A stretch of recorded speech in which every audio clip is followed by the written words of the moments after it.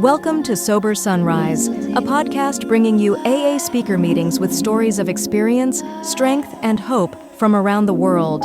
We bring you several new speakers weekly, so be sure to subscribe. If you'd like to help us remain self-supporting, please visit our website at sober-sunrise.com. Whether you join us in the morning or at night, there's nothing better than a sober sunrise. We hope that you enjoy today's speaker.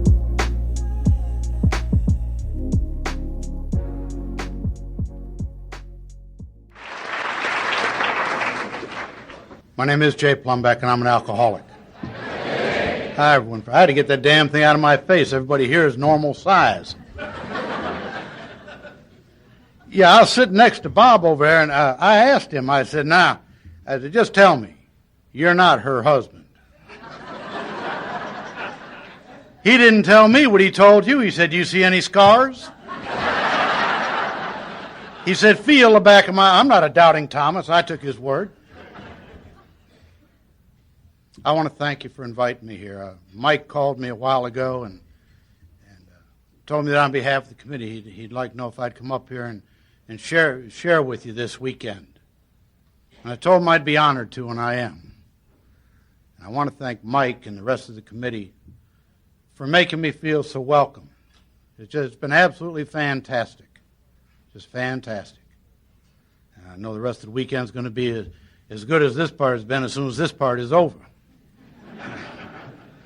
And I didn't plan on being here either. Hell, I can't remember, ever sitting down and saying, I can't wait until I get into my 50s and on a Saturday night get to Northern Illinois and tell them about me. Wasn't my plan. I had other plans. I was born to an upper middle class family in a suburb of Cleveland, Ohio, and a nice suburb. And I don't talk much like I was from Cleveland, but that's where I was from.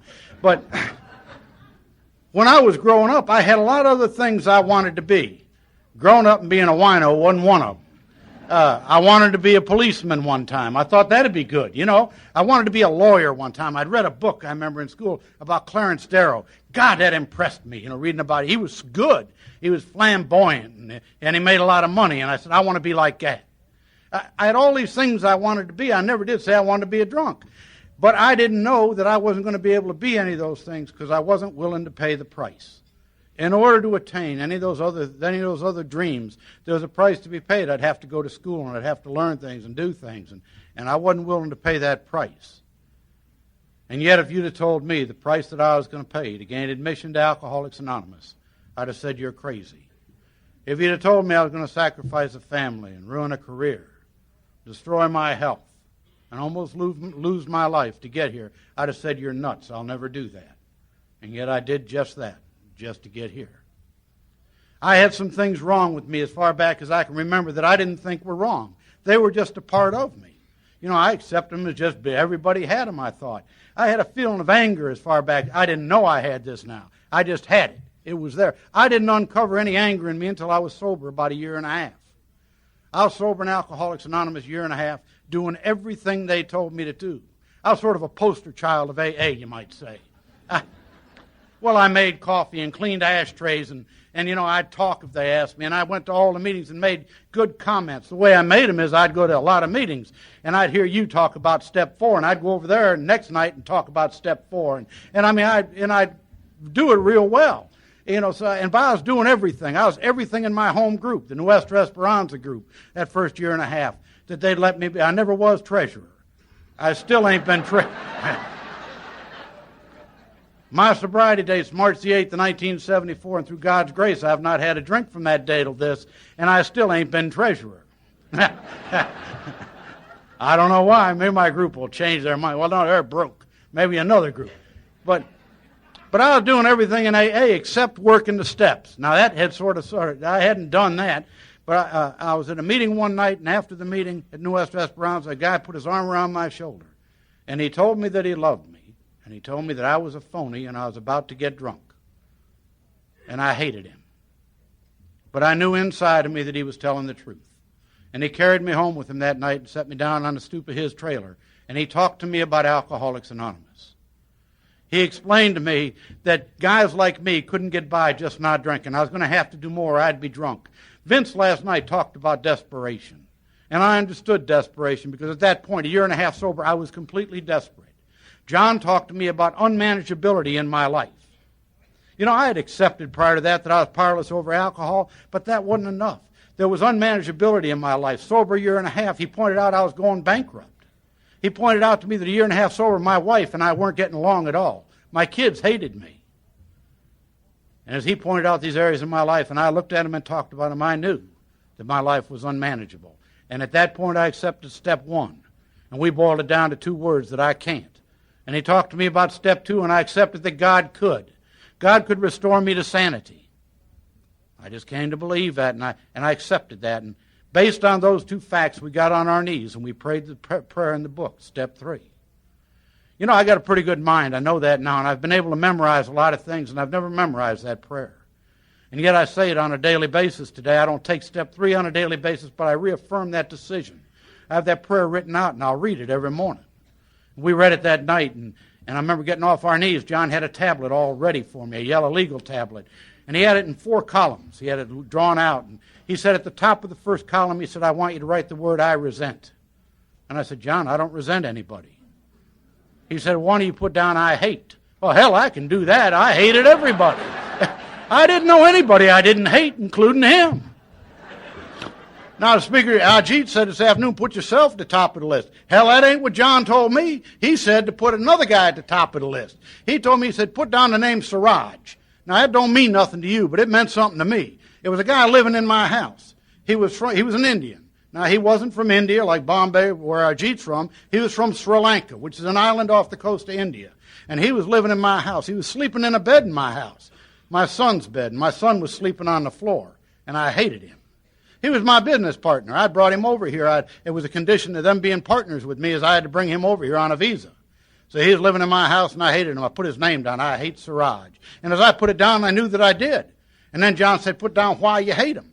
And I put down why I hated him. He's sleeping in my son's bed. I put down he's eating raw meat, and we're eating beans. I put down he got my money. I had some money, and I was broke. And I hated him for it. And as I put down the reasons that I hated him because he wore a dress. Now, they didn't call it a dress. They called it a sari, but it was a dress.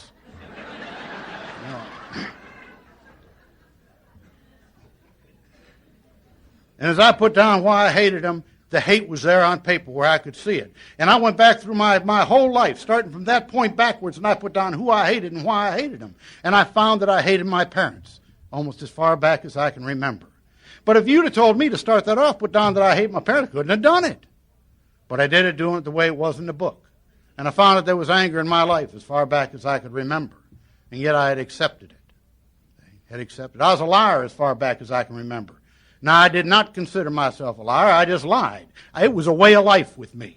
You know, Angelique was right last night. Boy, she made a good talk, you know. But when she talked about alcohol and she tried to apologize that some of us lie, hell, I like lying, you know. I mean, today I sort of lean that way once in a while. You know, if you ask me on the phone how much I weigh, I'm liable to say 165.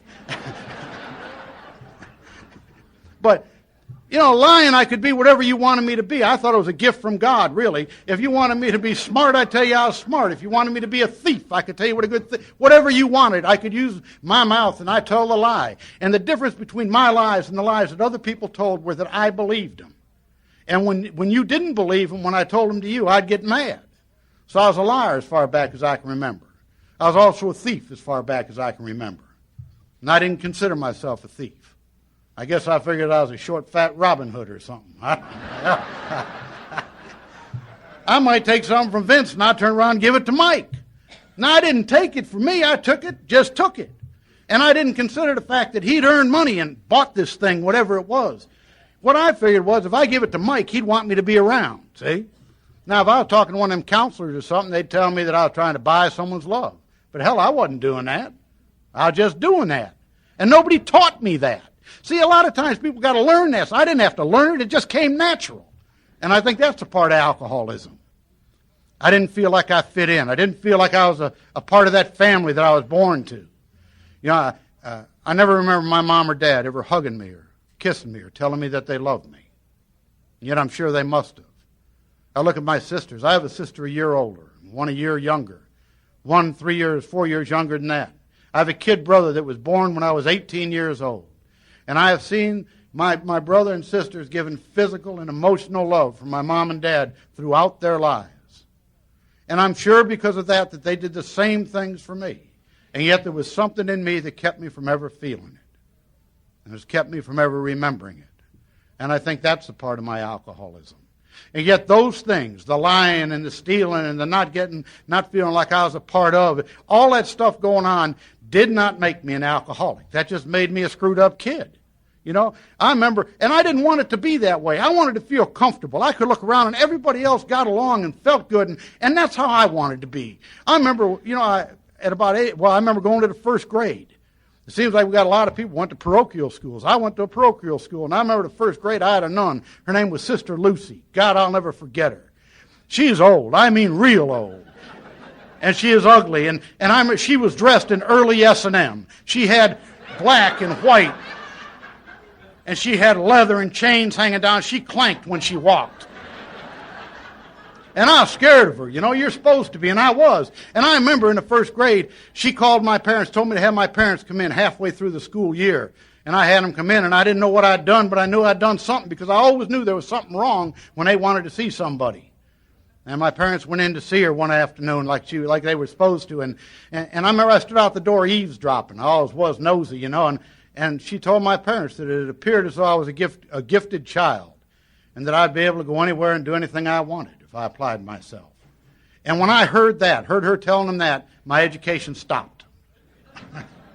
I couldn't learn another damn thing. I mean, if I was that smart, how could I learn anything? There was a lot of dummies out there teaching. So I started getting in trouble. By the second grade, I'm being paraded in front of the class and being called the class clown. I remember, and I kept doing things to get attention, and I didn't know what it was, and I didn't want it to be that way. I wanted to be like the other kids in school. I remember in about the third grade, I really wanted to be like Roger. I had a kid lived up the street from me. He was golden-haired, rosy-cheeked kid. His name was Roger. God, if I could just be like Roger, everything would be all right. Just let me be like him. You know, Roger was also the kid we caught after school and beat the hell out of. Because the parents would always say, why can't you be like Roger? And nobody wants, you know, someone held up like that. But that was going to be my life. If I could just be like someone else, I'd be all right. You know, I got to AA, it started to be that way. I'd see people and say, if I could just be like this one, or if I could just be like that one, it'd be all right. You know, one of the greatest freedoms or tools that you gave me as a result of the tools is the fact that I no longer have to be just like anybody.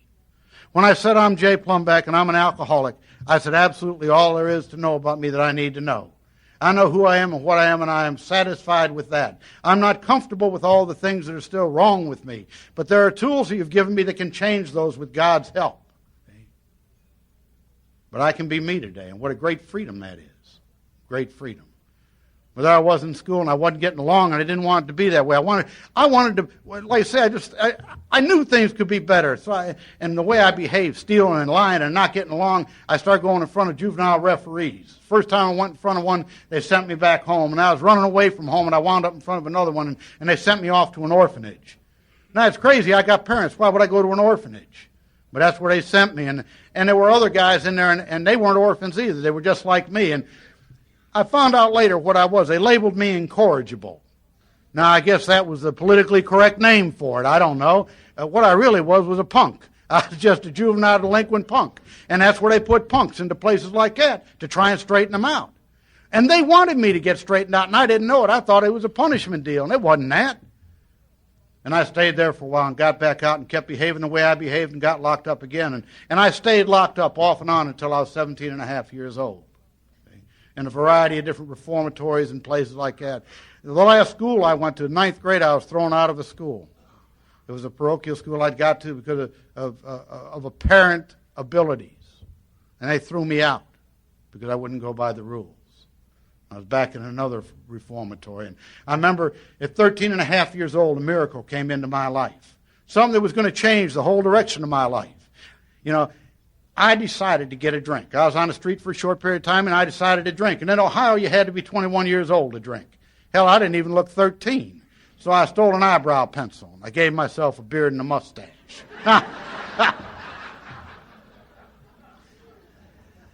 I remember doing it, but I'm darned if I can remember what it looked like. I know it didn't look like text, but it was the best I could do with the tools I had.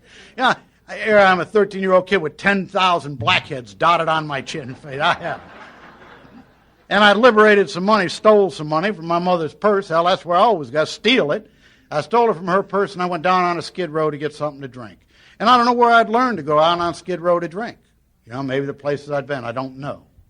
And I'm sure that I had had alcohol in me prior to that. The reason I say I'm sure of it is because of the environment in which I lived. My daddy was a drinker. And I mean, my dad drank all the time.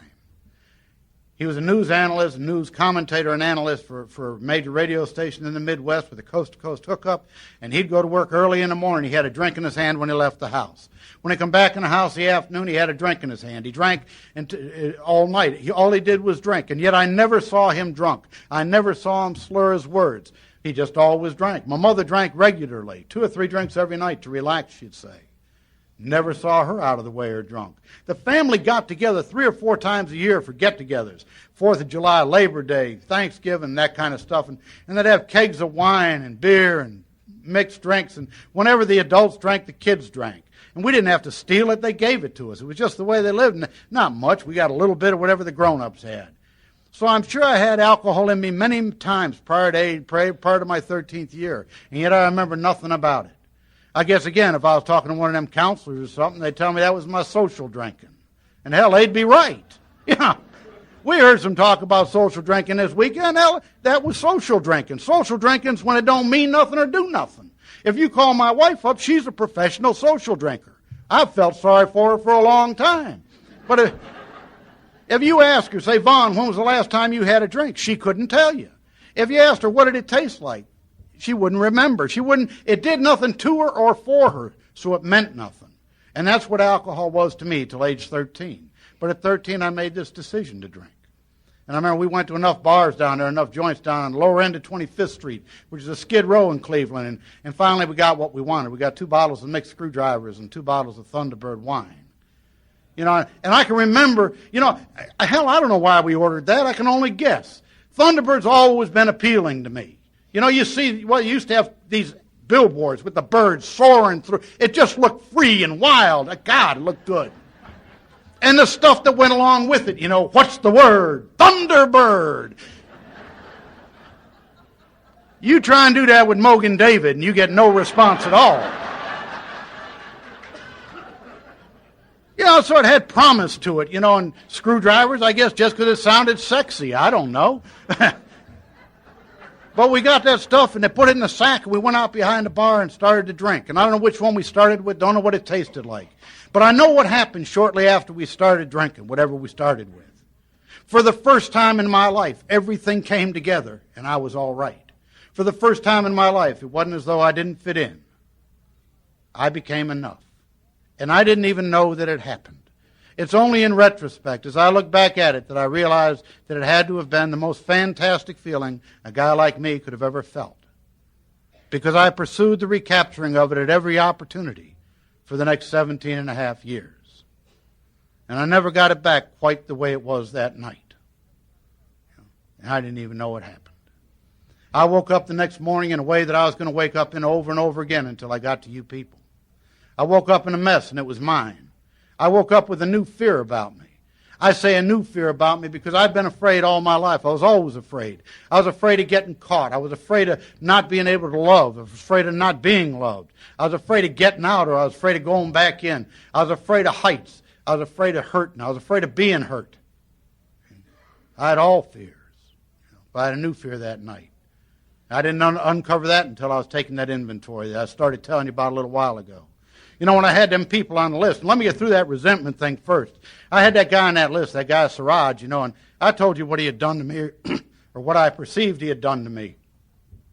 And I went through that list and had everybody on there and what they had done. And then John had me go back through the list to the next column and see how it affected me. And I tell you how that guy affected me. It affected my security because I was going bankrupt. It affected my self-esteem because I knew I wasn't doing my job as a husband and a father. It affected my sex life because she'd moved out of the bedroom. That'll affect your sex life.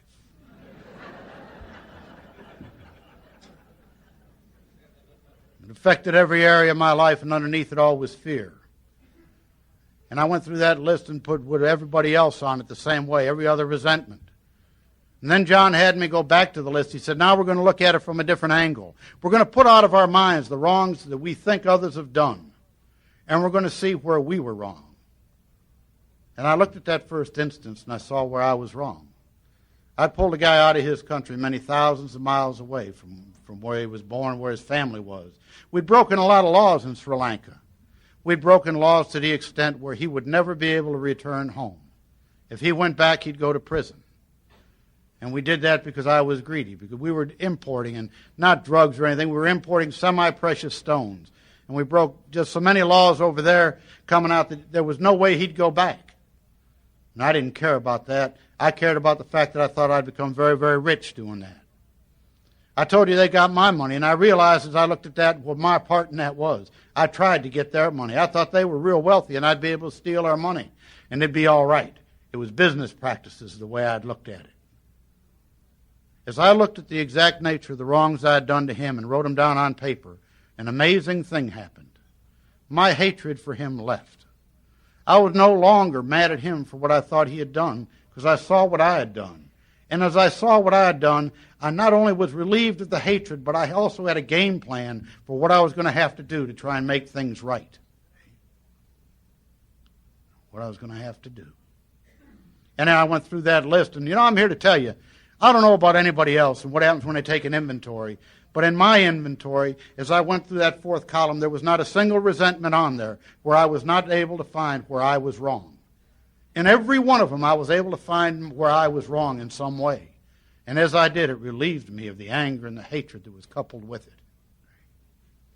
We got through with that part, we went on to fear. And John had me write my fears down, and I listed them much like I told you. All the things I was afraid of. I was afraid of her leaving. Hell, I was afraid of her not leaving, They were both real. It depended what time of day it was. But when I got them all down on paper, John said, let's get on our knees and ask God to remove them. And we got on our knees and I prayed. I just said, God, please take them. I can't handle them.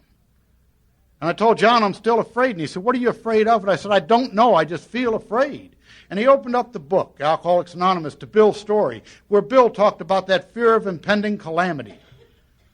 And John put it in words that weren't quite so fancy. John said, that's the fear that something bad's going to happen, and you can't stop it. And hell, I knew that fear. That was that fear that when the doorbell rang, I wouldn't answer it. When the envelope came in the mail and there was no return address, I was afraid to open it. When the phone rang, I didn't want to answer it. I knew that fear. And I saw where it had gone back through my life. Bill says again, he talks about it being an evil and corroding thread. It ought to be classed with stealing. Our lives were shot through with it. Hell, I saw where my life was shot through with it. I saw where it threaded back into my life. And as my alcoholism progressed, that fear progressed, until by the time I got to you people, it overwhelmed me entirely. The only time that I escaped from it at the end was when I was blacked out or passed out. And we got through with fear. Before I move on, I'll tell you there was a third part of that inventory, and we addressed that also, and that was sex. And we did exactly what the book said to do. I did the writing, and then I had to write further what my conduct was going to be. Not what you wanted me to be, but what I thought my God wanted me to be. And I asked him for help in living towards that. And those standards once set can always be improved on. If I want to live a program of spiritual action and try and improve, I have to improve. See? Anyhow, there was that fear that morning. When I woke up on that first drunk, and there was a third thing wrong. And that was the fact that I didn't know what happened the night before after I started to drink. If I was talking to one of you, you'd probably have told me that I blacked out. But hell, I didn't think I blacked out. I just didn't remember. I didn't know that blacking out and not remembering were the same thing. And I know there's a lot of people they say they're afraid of blackouts. I was never afraid of them. Hell, I accepted them. That not remembering, I thought, went with drinking. And I didn't tell nobody about it either. I don't ever remember saying, I don't remember last night, or I don't remember last week or last month. I never did tell anybody about them. I just accepted it and figured when you drank, you didn't remember, and it was okay. Happened to everybody. And it was a funny thing, the way my mind worked.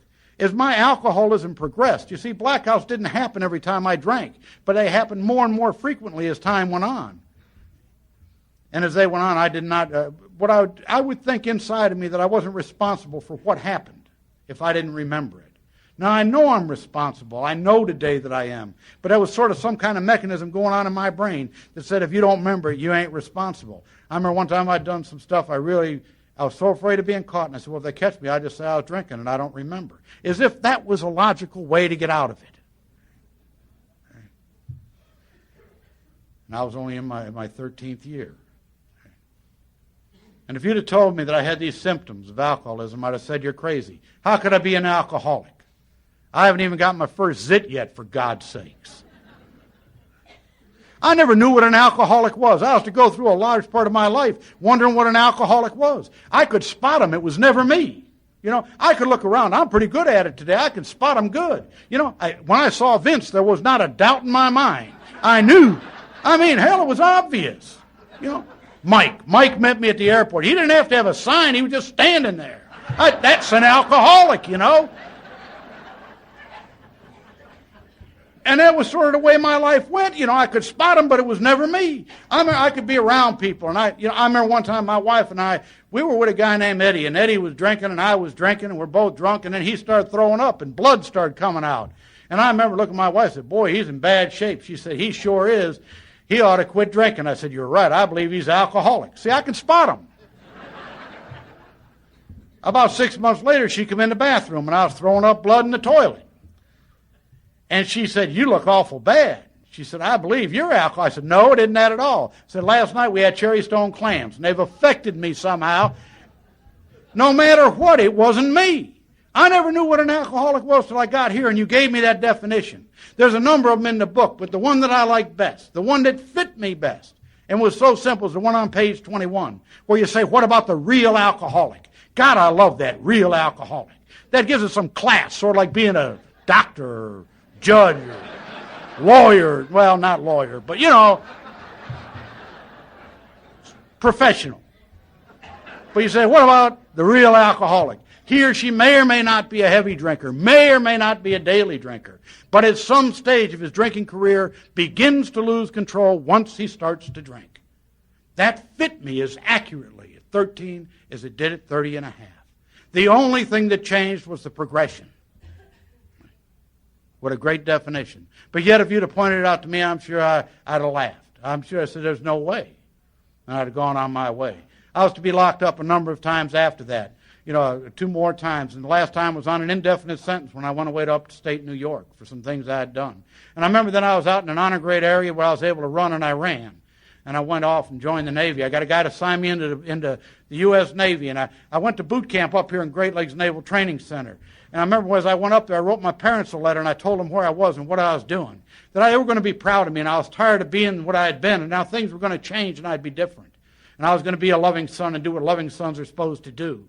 And I remember they wrote me back, and they told me they were proud of me. They was glad I was in the service, and they were going to come up and watch me graduate from boot camp. And they rode a Greyhound bus. They'd fallen on hard times. They rode a train and a Greyhound bus up to Chicago and went up to to Great Lakes Naval Training Center and saw this little ceremony. And that ain't a big deal, but it was a big deal for them because I had never done nothing they could be proud of. And I remember after that, they carried me down into downtown Chicago on a 12-hour pass. And we went into a restaurant. And my dad looked at me. And I told you, he always drank. And we were in this restaurant. And I remember he looked at me and said, son, you're not old enough to drink, but if you're old enough to be in the service, I'll buy you a drink. What would you like? And I got that warm feeling about me. I said, God, now my dad and I are going to be drinking buddies. And everybody knows, that's great. So I said, I'll have a beer. And he ordered me a beer. He ordered himself a cup of coffee and my mother a Coca-Cola. And I looked at him. I said, what's the matter? Aren't you drinking? And my mother looked at me, and she had that funny look in her eyes some of these women get, Said, no, your dad doesn't drink anymore. He's a member of Alcoholics Anonymous, and he's been sober for 3 months. I found out later how my daddy sobered up. My daddy sobered up in 1959 at Rosary Hall in Cleveland, Ohio. There was a nun that ran that place then called Sister Ignatia. Now, back then, it's different than they have things today. Back then, I understand that the only way you got in is if your sponsor, your AA sponsor, checked you in, and they detoxed you, and then they checked you out to his care. When you were in there, nobody saw you except your AA sponsor and the men that he had on a list that were allowed to see you. It was strictly male facility back then. There were no women in. There was no TVs or radios. They had a big book and 12 and 12 and grapevines. That was all the stuff in there to read. You were just there to get dried out. And they tell me that my dad laid there in straps for 5 days in convulsions in the hallway, and that he almost died. And when he came out of convulsions, they kept him one more day, and they let him go. And when they let him go, Sister Ignatia gave him a little brass token that had the Serenity Prayer on it and a step and a tradition. And she gave that to him. She said, "Jim, if you go with your sponsor to Alcoholics Anonymous and do what those men tell you to do, you'll not have to take another drink again a day at a time as long as you live." My daddy went with his sponsor to Alcoholics Anonymous. And he did what you told him to do, and he didn't drink from then until he died 20 couple years later. And he died sober. But there my dad is, 3 months sober. And you know, I know today how he must have felt 3 months sober, because I know how I felt 3 months sober. 3 months sober, I was whining around the house. 3 months sober, I was sick, and I still wanted to drink, but I wasn't drinking. And I'm sure my dad must have still wanted to drink. You know, and I didn't think of that then. I didn't know anything about it. You know, I didn't know this act of him offering to buy me a drink, what an act of just unselfish trying to be whatever to me was. I didn't see it that way. You know what I saw it as? I saw the fact that he wasn't drinking as an act of anger from him. I knew in my heart that the only reason he wasn't drinking is because he didn't like me and didn't want to drink with me. And I thought to myself, how soon can I get away from these people and meet my friends and do some drinking? This is the same guy that wanted to be a loving son, the same guy that wanted to do what I was supposed to do. You know, when you talk to me about alcoholism, you explain to me that drinking is but a symptom. You said our bottles are but a symptom. You said selfishness and self-centeredness, that we think is the root of our problem. I have no trouble at all accepting that. All I've got to do is look at the record. Just look at the record. I got away from them. I met my friends and I drank. And I woke up the next morning the same way I woke up the last time I drank. Same fear, same mess, and same not remembering what happened the night before. I did get a tattoo. I remember that. I remember every day, the ugliest damn thing I ever saw in my life. Popeye. I got it on State Street, I think was the name of it, here in Chicago. Jesus. I didn't remember, but I can remember it today. I see it. But anyhow, my career in the Navy don't take a long time to talk about. Slightly less than 6 months after I went in, I got thrown out. Now, at the end of boot camp, I went to my first AA meeting. And I don't talk about this much. I don't know why it came up today, but I didn't go there as a drunk. I went home to my parents' home for a 2-week leave, or part of a 2-week leave. And my dad and mom carried me to an open AA meeting one time. And looking back at it, I understand now that they introduced me to a guy named Dave who had been in the service. And I had thought they were taking me just like they used to take me to the press club when my dad went to the press club, or Rotary, or, you know, the Lions Club, that kind of stuff. That's all it meant to me. And maybe looking back, maybe he had something else. I don't know. But I mean, it didn't mean nothing to me. Of course it didn't. I didn't have anything wrong with me anyhow. Thought it was wonderful he was going. Told him, keep it up. You needed it. Ha. Career in the Navy didn't last long. 5 months, 29 days after I went in, I woke up. Woke up in a room about a quarter of this size. It was a nut ward of the Naval Hospital in Pensacola, Florida. Hell, last I'd remembered, I was on a ship called the Antietam. It was an aircraft carrier, and I'd gone ashore, just like I always did, and I woke up. And I woke up the same way I've been waking up. And they called me before board officers, and they gave me a paper to sign. They said if I signed it, they'd give me an honorable discharge. And if I didn't, they were going to court-martial me. Easy decision to make. I signed it. I asked them what it was. They said that I'd forfeited all rights and benefits. They said that I'd furthermore guaranteed that I would never attempt to re-enlist in any of the armed forces as long as I lived. That's been about 37 years ago. I've lived up to my part of the bargain. Ain't tried to go back, don't plan on it. But there were some things on that discharge that are necessary to talk about. They told me that I had what they would term to be acute alcoholism.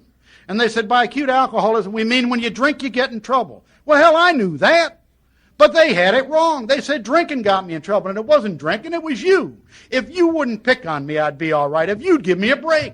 If you wouldn't talk about me. There was always somebody bothering me, or I'd be all right. It wasn't drinking. Drinking just happened. An example. I could be in a bar as big as this room. Nobody in there but me and the bartender. And I'd just be sitting there next to the jukebox drinking. Always like to be near the jukebox. And I don't know about up here in Chicago, but I've always liked country music. I like a little bit of blues, but a lot of country. It's good thinking music for drinking. They have songs out that are important. Just a couple years ago, there was a song, I don't know if you heard it up here, Bubba Shot the Jukebox. Now, you think about it, hell, that jukebox needed shooting. Bubba was right. Vince might have not wanted to be his roommate, but hell, he was right. But I'd listen to that music and I'd think and I'd drink. And as I drank, I'd look over there all of a sudden, and after a couple hours, there'd be two of them sitting over in a corner, and they'd be talking about me. Hell, I knew they was. Their lips were moving. Being absolutely no bigger then than I am now, I'd go over to do something about it, and I'd get in trouble. Now, I was a fighter. I've always been a fighter, but I've never been a winner. I just got beat up a lot. I'd hit anybody, and then they'd beat the hell out of me. And I'd go back to the ship, sometimes with clothes on, sometimes not. Always bloody. So this morning I woke up in the nut ward, and they're telling me drinking's the problem. Okay? They told me if I quit then I'd be all right. But if I didn't quit, it wouldn't be long and I'd be chronic. And they said by chronic we mean daily. They're telling that to somebody not quite 18 years old. I still hadn't had my first date, for God's sakes. Well, if I had, I wouldn't tell you about it. You know where I'd been. You had to think about it a minute, I know, but how could I be alcoholic? There was something else on that discharge, something that I didn't talk about for a while. And, in the Navy, they don't treat you like you all have treated me. You gave me that big, beautiful room. And God, it's just fantastic. In the Navy, what you get is a little canvas rack about 2 foot wide and a little over 6 foot long. And the newest guy gets the highest rack on his ship. And there I was way up there, and I had 4 guys underneath me that would complain to the division officer every morning about getting peed on the night before. I'm sorry, I don't know any other way to explain it, but I didn't want to give you the impression that I was a bedwetter, because I wasn't. I had problems, and there's a vast difference. And these problems are embarrassing. You imagine going through life with this kind of problem. It's just tough to do. I don't know what I did to that, but something. But it's tough going through with that. Hell, I was sober in Alcoholics Anonymous for just about 3 months. And I was whining around the house one day. Just sort of whining around. And she walked by. And I said, hey. She turned around. And I told her, I said, I'm going to AA every single night, doing just what they told me to do. I said, and the landlord keeps bugging me. She said, well, sure he does. You ain't paid the rent. We had very little communication. She took off again. I hollered after her. I said, hey. She turned around. I said, I'm going to AA every single night since March the 8th, doing everything they say to do, doing just what my sponsor tells me. I said, you don't love me. She didn't even answer me. She just walked off. I went in the kitchen. I gave her my very best shot. I sort of poked her in the shoulder. I said, hey, you. I used her last name. Around she turned. Went through this whole thing again. Going to AA, doing everything. I said, in fact, I still go to the bathroom every night. And she said, yeah, but you've been getting out of bed every night. You talk to me about selfishness and self-centeredness being the root of my problem. And all I got to do is look at the record. All I'd been thinking about was me. Me not working, the landlord bothering me, her not loving me, everything me, me, me. I didn't realize what God was doing to me, through me, or around me. I didn't even realize he dried the bed up, for God's sakes. Now, I don't think he did that for me. I think he did it for her. You see, I hadn't told her. I should tell you, the way she found out about that was sort of odd, about having to sleep in a wet bed. We were getting ready to get married. And that, you got to tell them when you're getting ready to get married, because they're going to find out.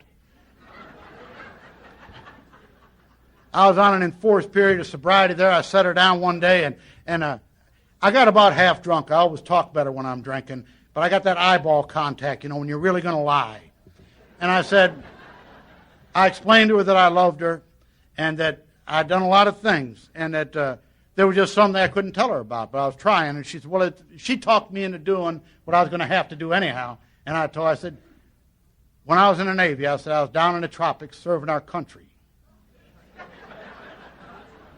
Geography wasn't her strong suit, and Pensacola is close. But I said, I contracted this rare kidney ailment. And I've been to the Mayo Clinic and Johns Hopkins. Hell, Vince might have treated me, I don't know. And I suffer from occasional periods of incontinence. Now, you just tell me, don't that sound better than saying I went to bed every night? You got to be inventive. But anyhow, she took swimming lessons before we got married. And so it worked out. But anyhow, there I was in the Navy, and they'd thrown me out and told me I was a lousy sailor, and I went back up to my parents' house for the very last time. I got up there, hitchhiked up there, still in Ohio. I bought me an old Studebaker, got me my first driver's license. It was my 18th birthday, and got the driver's license, an old Studebaker, and went out to celebrate my 18th birthday, and I woke up the next morning the same way I always woke up. Woke up in a mess, and woke up with a fear, and woke up not knowing what happened the night before, and I was in jail. And they gave me 8 traffic violations that night. Hit, skip, and driving drunk, and I never got single tickets. I always got a handful of them. I moved. Now, they took my license away, and I did not get a legal license back until I'd been sober in Alcoholics Anonymous for over 2.5 years. Now, don't think I quit driving. I just quit having legal licenses. Back in the very early 60s and up till I got sober, you could just keep getting different licenses. I'd go to Texas and get one, or California, or Washington. Everywhere I went, I got a license. And when they'd catch me on that one, I'd go get another. When Vince was talking about an ambulance, hell, I drove an ambulance on a license one time. I was drunk, and they arrested me. Now, it's embarrassing. You're out there saving lives, and they arrest you. Drunk driving, illegal license. And the fire department that owned the ambulance that I worked for, they were upset because it never had oxygen. We used the oxygen. It helped hangovers. And I didn't want it to be that way, I really didn't. I said, if you just give me a break, it'd be all right. And the only reason I took that oxygen wasn't to deprive no one. It was just so I could work better. And I didn't want it to be that way. So my driving career was bad, to say the least. And I didn't get along well that way. I said, well, I'll join the Merchant Marine. They said, I'm a lousy sailor. I'll go to sea. So I got my first seaman's papers right after my 18th birthday, and I went off on a ship. We went to Japan, and I went ashore, and I took a drink. And the captain came and got me 3 days later. And I got in trouble. I remember they took me back to the ship, and they logged me, and that's a disciplinary action. And they fine you a certain amount of pay, and the captain told me I was fired. And that didn't mean much to me. This was an old tramp ship that I was on. What they were then were tramp ships. And the deal with those ships was that all the guys got off when he got back to the States anyhow. So I was just going to get off, so it didn't make any difference. They said, and hell, these guys drank, and I knew what I just did what they said, and it made no difference. And I didn't want it to be that way, but we got back to the United States, and the stories you hear about seamen and money is true. We didn't get paid a lot per day, but we got a lot of days built up, and they didn't give you the money out there. You got 10% of the money, and the rest of it they gave you in $100 bills when you paid off. And I'd pay off that ship with these $100 bills, and I'd go out on a skid row, buy me some nice clothes, sit in the bar, and I'd be somebody. I knew that I didn't have a problem because I looked better than the people I was around, I felt better than they did, and I dressed better. And when I ran out of money, I'd ship out again. I did math in my head. We had 300 or 400 ships under union agreement, and each ship was a separate entity. Each voyage was 3 or 4 months. You do the math. I'd have to live 100 years to run out of ships. Charlie was saying one day, Charlie, the speaker for tomorrow, a heck of a guy from New Orleans, he was telling me, he said, Jason, you must have belonged to a strong union. Hell, I did. And I said, I'll never run out of ships. But I did. I got blackballed out of that profession in 1973 for chronic alcoholism. They called me a performer. But there was a lot that happened from that first ship till I got blackballed from it. Things kept getting worse, and I said I'd get married. I understand the thinking that I'd heard earlier. Marriage would solve my problems. I've looked around. Married people are happy. You know that. You've studied it. If you get married and have kids, your problems just fall away. So I got off in 1965. I was on a ship. I got off a ship in Michigan somewhere, and I remember going into a bar, and I was sitting there shopping for a wife, and she walked in. Now, all I ever did was drink and go to sea, and I was sitting there drinking, and she walked in, and God, did she look mad. It was the first person I've seen smaller than me. Little bitty old redhead. She sat right down next to me. I looked at her and said, can I buy you a drink? She said, no, I don't drink. Well, that was true love. Hell, I couldn't afford another drinker. I bought her a Coca-Cola. And I began to talk to her. I smeared them $100 bills all over the bar to impress her. And I began to lie, and she began to listen. And after a lengthy courtship, I proposed to her. Now, she isn't with me this weekend, but if you call her up and ask her how long that courtship was, she'll tell you 10 minutes. But I believe she's lying. It was probably 20 minutes.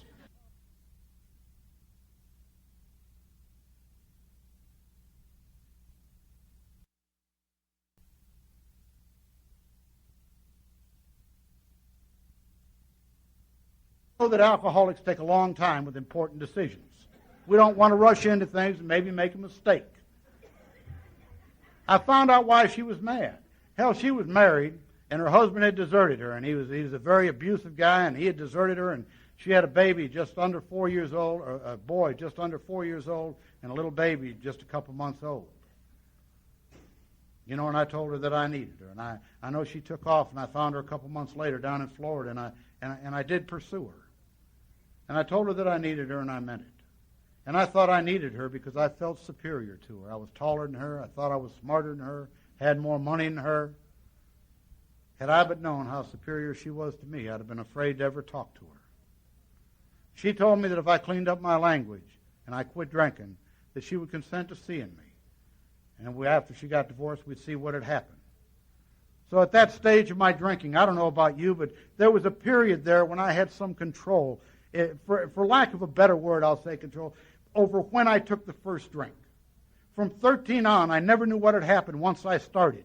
But for a period of years, I just didn't drink at certain times. I didn't drink when I wanted to get a license, become an officer in a merchant marine. I didn't drink when I wanted to go on a ship. If I didn't take the first one, I just didn't drink for a while.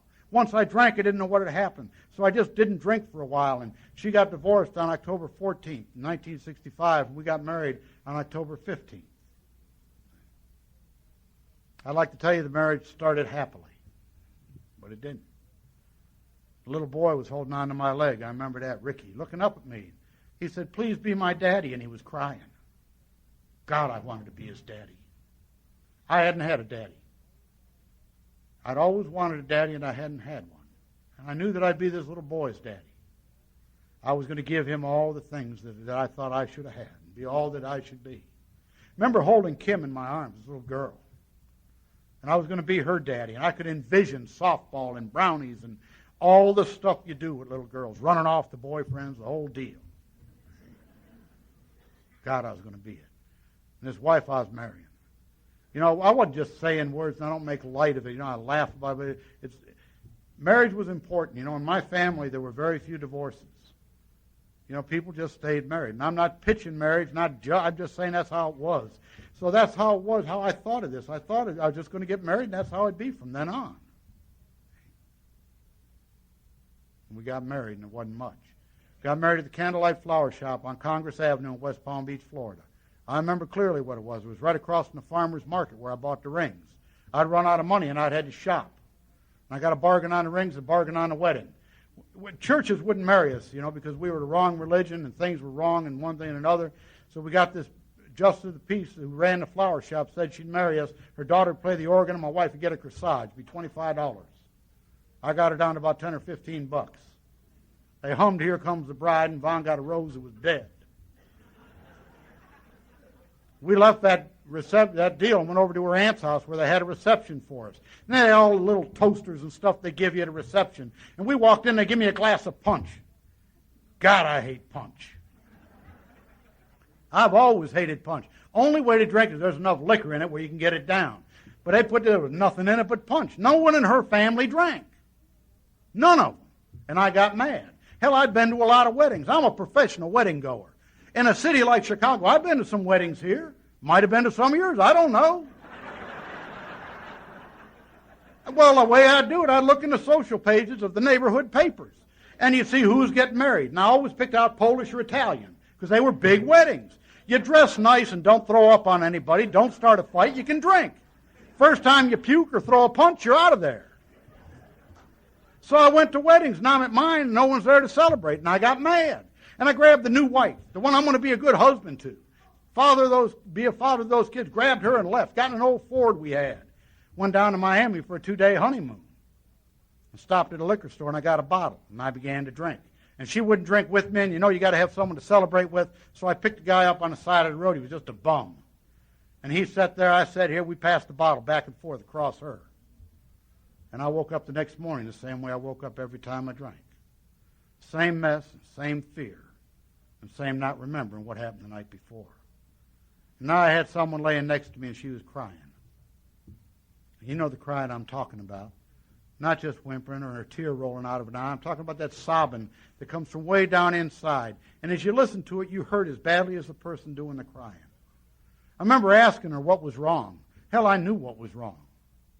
And then I remember taking that vow, a vow that I was going to take many, many times. I told her that I was sorry. I told her that I'd never behave like that again. If she would please just give me one more chance, I would never, never do that again. And she believed me. And she gave me a chance. And I broke that vow over and over and over again until March the 8th of 1974. And I never meant to break it. I can't take you day by day through those years of marriage, but I can only tell you it was a nightmare. It was a nightmare for everyone concerned, for the kids that came into it, from this new wife of mine, for a son that was born in 1968. He's a spitting image of me. And yet I remember nothing at all about his birth, nothing at all about the first 6 years of his life. I just don't remember it. I can only guess at how we stayed married. I went to sea for a living. I was to stay going to sea until 1983, 1984. But as I went to sea, I'd write to my wife. I'd be on a ship and we'd be going to wherever we went, Europe or Asia. Wherever we were, I'd write her letters and I'd tell her that I loved her and tell her that I needed her. And tell her that I was sorry and beg her to please give me one more chance. Just give me one more chance and things would be different.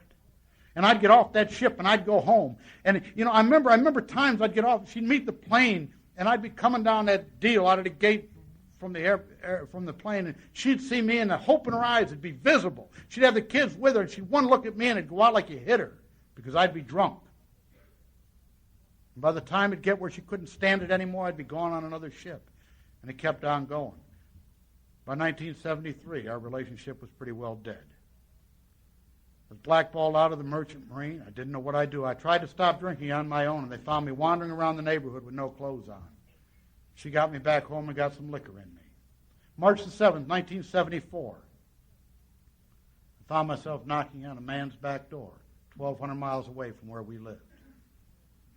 And when he answered the door, the first words out of my mouth were, "I think I have a problem drinking." I had never uttered that to anyone. When the doctors told me I was dying, I'd say they were crazy. When the priests and preachers told me I was going to hell, I knew they were nuts. When she said she was leaving, I never admitted to you or to anyone else that there was a problem with drinking. And out of nowhere came that phrase, "I think I have a problem drinking." He invited me into his house and took me back to his study, set me down, and he gave me a copy of our book, Alcoholics Anonymous. He had me open it up, and I did. On the flyleaf, there were some words written in ink. It said, "If you want what we have, God will help. Love, Dad." My dad had bought that book for me a number of years before, and he just had it sitting there. You see, my dad did what you told him to do. He'd come to you people. I heard about it later from the guys in the groups he went to up in Cleveland. He'd go to you people, and he'd whine about his son, like I whine about some of my problems. But he'd tell you about his son that was killing himself, and his son that was throwing a career away, and his son that was destroying a family, and his son. And as he told you that, you'd say, "Jim, leave him alone. Jim, leave him alone. Let him do what he's got to do. Let him go where he's got to go. If you say anything, he isn't going to listen to you. He never has, and he won't now. What he will do, you might be shutting the very door you'll have to knock on later." And I am so glad that he did not hear words like intervention. I'm so grateful. Because if he'd have said something to me, he'd probably have a different speaker tonight. Because when I had absolutely nowhere else to go, I had somewhere to go. I went to a man's house that I knew didn't drink, that used to drink. I knew nothing else about AA. I knew he didn't drink. And he said, "Let's go to a meeting tonight," and I wouldn't go. I said, "I'm not going, I'm drunk." He said, "That's all right, I'll take anyone to their first meeting drunk." But I wouldn't go. And then he wrote down some numbers on a piece of paper. And he said, "Put these in your billfold. And tomorrow morning," he said, "when you wake up, if you wake up," he said, "the reason I say if is you might die. But if you wake up, and if you would rather be sober than be drunk, call one of these numbers before you take a drink. and then meet me tomorrow night and we'll go to a meeting. And I went out that night, and I don't know where I went. I just know that I drank, because by then that's all I did was drink. And when I woke up the next morning, there was a drink sitting next to me, because there was always a drink next to me. You know, whether I was drinking wine, which is what I was drinking at the end, or Scott, it made no difference. There was always a drink. And there was never a choice. When I got up in the morning, I drank. Or when I came to, whenever my eyes opened, I drank. And I got up that morning, and I needed to drink. And I wanted to drink. But there was something different.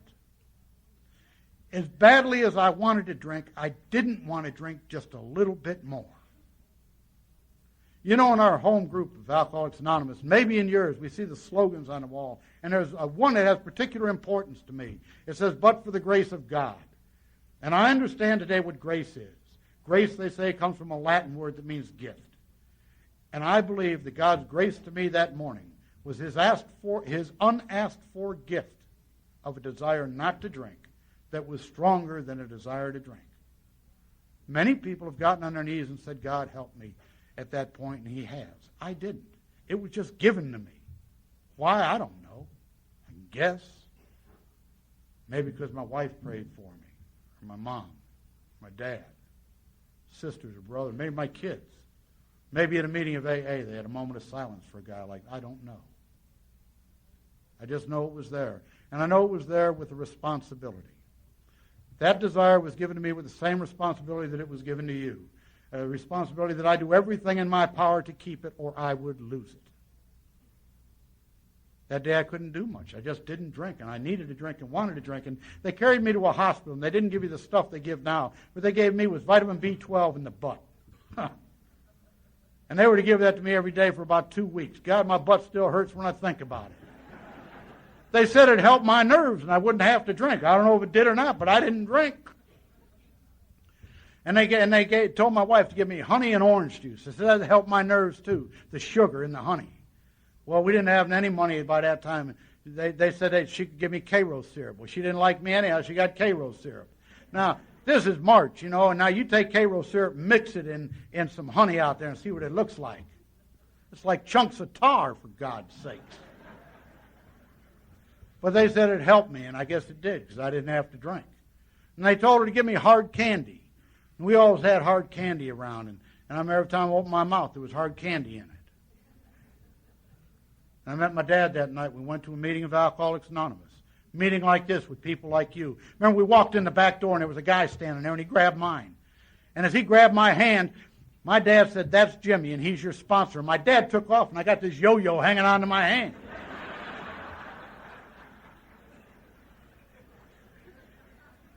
And I pray that I never forget that moment nor the feel of his hand as long as I live.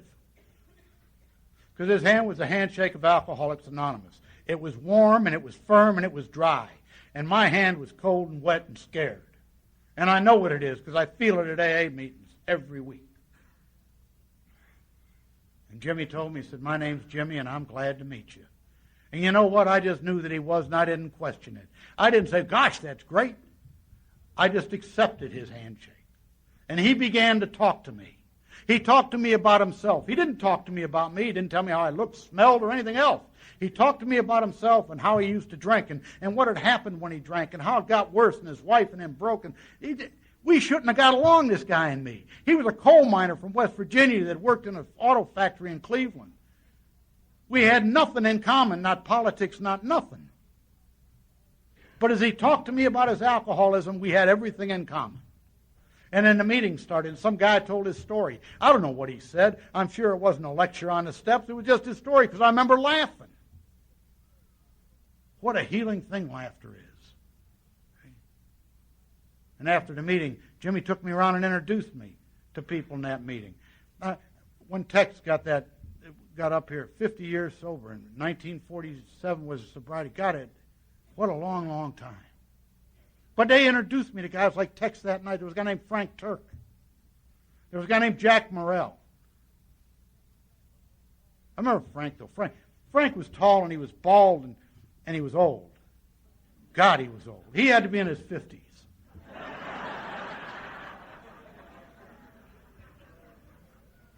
And as he shook my hand, he said, "Kid, it's good to see you." And he had this gravelly voice. And he says, good to see you. He said, keep coming. He said, and I want you to meet so-and-so. And he had a new guy with him. Frank had been sober just under 30 years. You know, I was up in Cleveland last year, and I was over on the Near East Side, and there was Frank at a meeting. Same bald, old Frank, same gravelly voice. Shook my hand, said, kid, it's good to see you again. He said, you're going to be all right. He said, I want you to meet so-and-so. And he had this new guy shake my hand. And I asked him, I said, Frank, you still sponsoring guys? He says, I don't want. He said, but I can't drive no more. I need drivers. Yeah,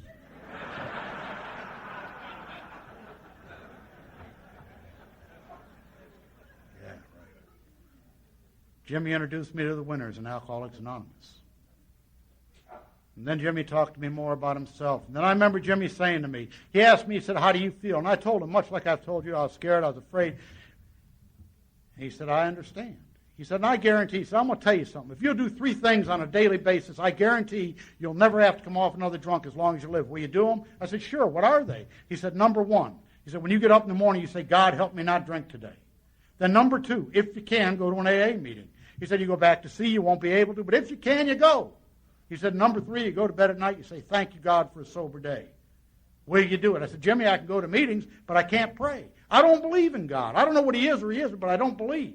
I was raised with a God of love. I was raised, but I'd made so many bargains and done so many things in the way, I just knew that I couldn't pray. I didn't know what God was or wasn't, but it wasn't, I couldn't do it. And he said, hell, don't believe, just say it. Well, I'm a liar, I'll say anything. Now, you laugh, but it's true. The book doesn't say you have to believe. Our book says if you believe or are even willing to believe, you're on your way. Well, I was willing to do what he said. I didn't have to believe, and I began to do that. And then he carried me home that night, and I remember we talked a long time, and he said, I'll pick you up tomorrow. We're going to a meeting. You know, I don't know where this stuff comes. I tell guys today, I'll pick you up. They come from so-and-so's place, and they'll say, well, I have to do such and so. Hell, I never thought I could do that. He said, I'm picking you up. I went. I was afraid he'd throw me out if I didn't. But he picked me up the next day, and on the way to the meeting, he said, have you had a drink since last night? I said, well, of course not. For Christ's sake, he gave me no time to drink. He called me 3 or 4 times that day. They had spies all over on me. You know, she was with me, for Christ's sake. How could I drink? I said, no. Real smart. He said, well, I'm going to tell you something, Buster. He said, if you drink now, he says, it's because you want to drink more than you don't want to. Because you've just stayed sober the absolute longest period of time you're ever going to have to stay sober. 1 day. He took away every excuse I'd ever have for drinking because I knew that I've shown, brand new, I could stay sober for a day, and that's all I was going to have to stay sober for, 1 day. I hear stuff in AA, 90 and 9. I don't know what the hell happens on 91. Yeah. I'm not taking pot shots. I'm just saying let me keep it real simple for me. I don't want to stay sober till the first of the year. I just want to stay sober today. Just today. There were days, and I'll tell you, in the beginning of my sobriety, there were days when I wanted to drink, and I'd put it off till tomorrow, and they said that was okay. Think about it all you want, just don't do it. Hell, you don't start over or try to start over if you don't die for thinking about it. He said, you just don't drink today. And they gave me alternatives to do instead of drink. And we went to meetings. And I remember about 2 weeks sober, we're coming home from a meeting. I looked over at him, I said, Jimmy, I still don't believe in this God stuff. And he talked to me. He said, tonight was the first time you've done anything in Alcoholics Anonymous other than just go. What was it? And I said, I read the traditions. He said, before you read them, what did you say? I said, I'm Jay and I'm an alcoholic. He said, what is an alcoholic? And I told him what I thought one to be. And he stopped me after a minute and said, hell, I know you were. He said, I just want to make sure you did. And then he said, have you been doing what I told you to do every morning and every night? And I said, yes, I have. I don't believe it, but I've been doing it. I feel like a hypocrite, but I've been doing it. He said, that's all right. He said, how long has it been since you had your last drink? And I knew how long it was. Now, I'm not sure today, but I think it was 13 days or 15 days, whatever. But I knew then, and I told him exactly, and he said, that's good. He said, a day at a time, that's great. He said, now, when was the last time that you've been this long without taking a drink? And an awareness came over me that I can only describe to you as the power of a God. It wasn't a flash of light or a burning bush. It was just an awareness that there was a power. And that changed my whole deal. It wasn't a God that I'd learned about. It was a God that I experienced. It was a power that allowed me not to drink for that fantastically long period of time of 13 or 14 or 15 days, a day at a time, when I wanted to drink. And based on that, that relationship has grown into something that would take me another 23 years to tell you about. Then absolutely, and it only came as a result of being willing to do that which I didn't believe. The program of Alcoholics Anonymous has just been absolutely phenomenal in my life. You've heard me tell you, I started off by telling you that I wasn't able to work the steps immediately, and I didn't. I did all I was able to do. But at the point in my life where it was either work the steps or get drunk, I was able to take the kit of spiritual tools and apply them to my life. Let me tell you how long it took. When I left John's house that night with the beginning of an inventory, I was back over the next night to take a fifth step. Went back home for an hour, and we did 6 and 7. The day after that, we worked on step 8, and I began making amends. So for me, it took a year and a half, and then about 4 days. And we used the directions in the book, and that made it real simple. I know there's all other kinds of plans out there, but the one in the book spelled it out exactly what I had to do. And I seem to use that kind of deal today. You know, and I sponsor guys. I give to them what was given to me, or try to. And I do the very same thing that they're doing. And it seems to be the same way. I can't make it no better. I don't try to. I just keep it simple, and it seems to work. And as a result of the promises that are in the book have happened in my life. I've experienced every one of them to varying degrees, strictly as a result of the steps. Specifically what's happened, I'll tell you about a few of them. Kids, pretty good. We got 3, Ricky, Kim, and Jay. You know, and they rotate as to who loves me and who hates me on a daily basis, it seems. But they're not kids anymore. You know, Ricky's 37, and Kim's 33, and Jay's 29.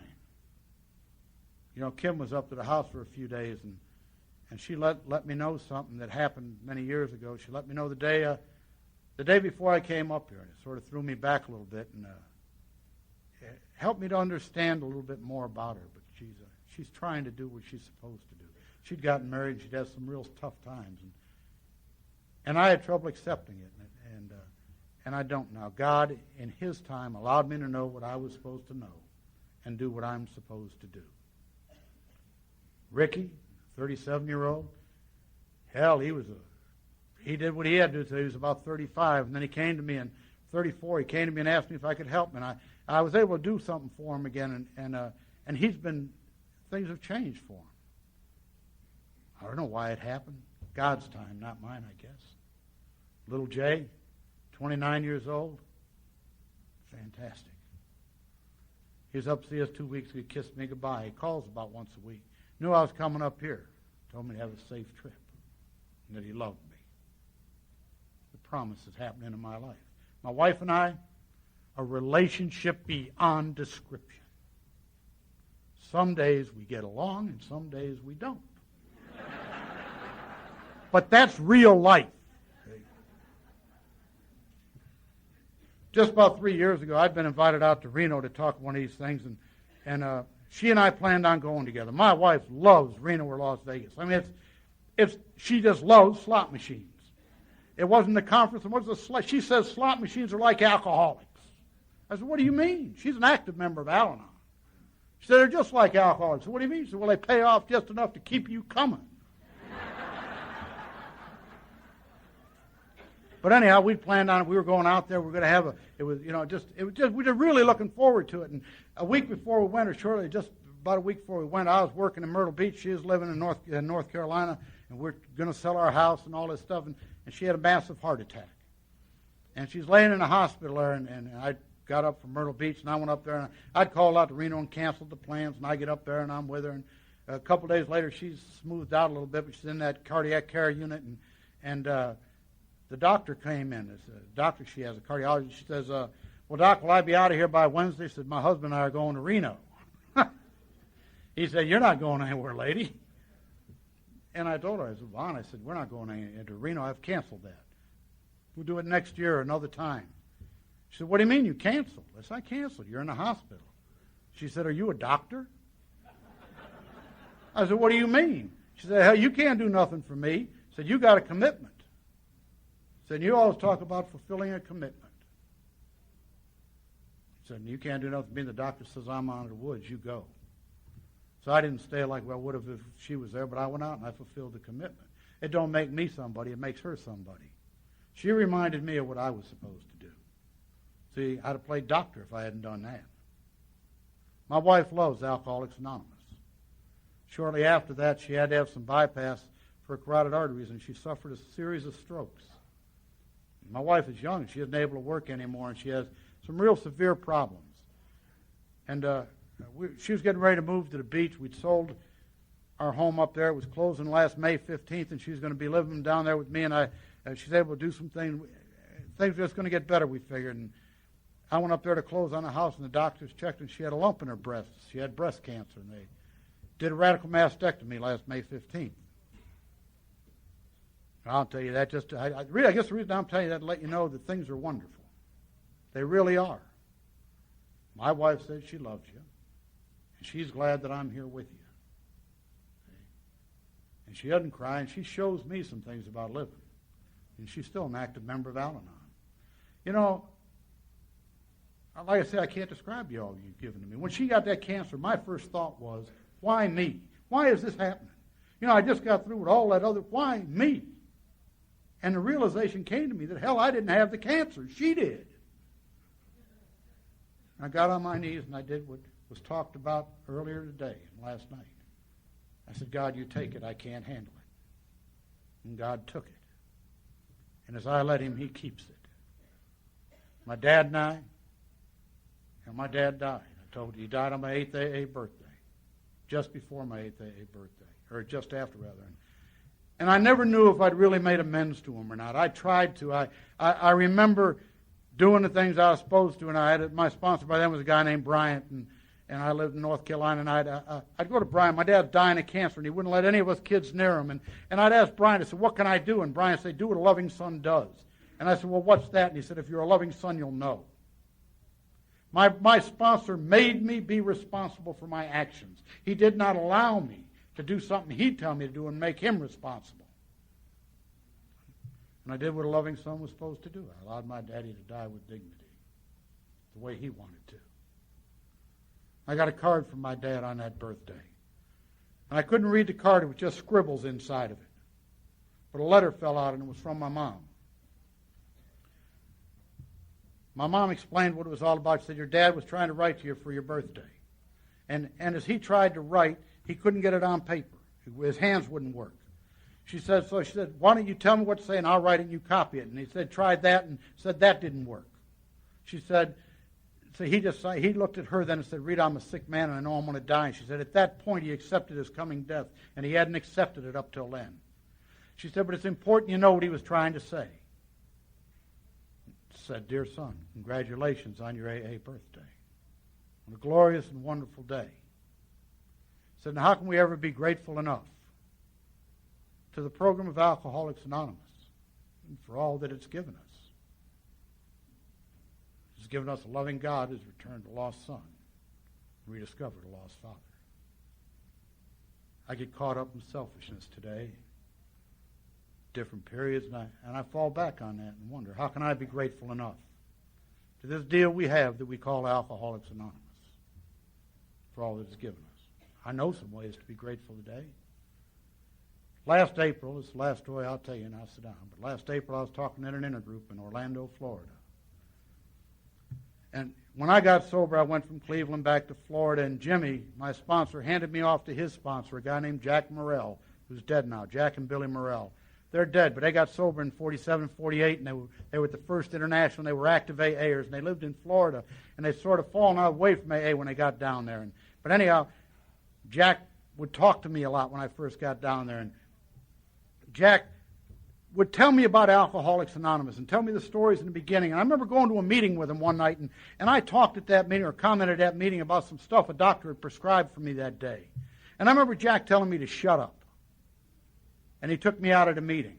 And he explained to me that that was a meeting of Alcoholics Anonymous.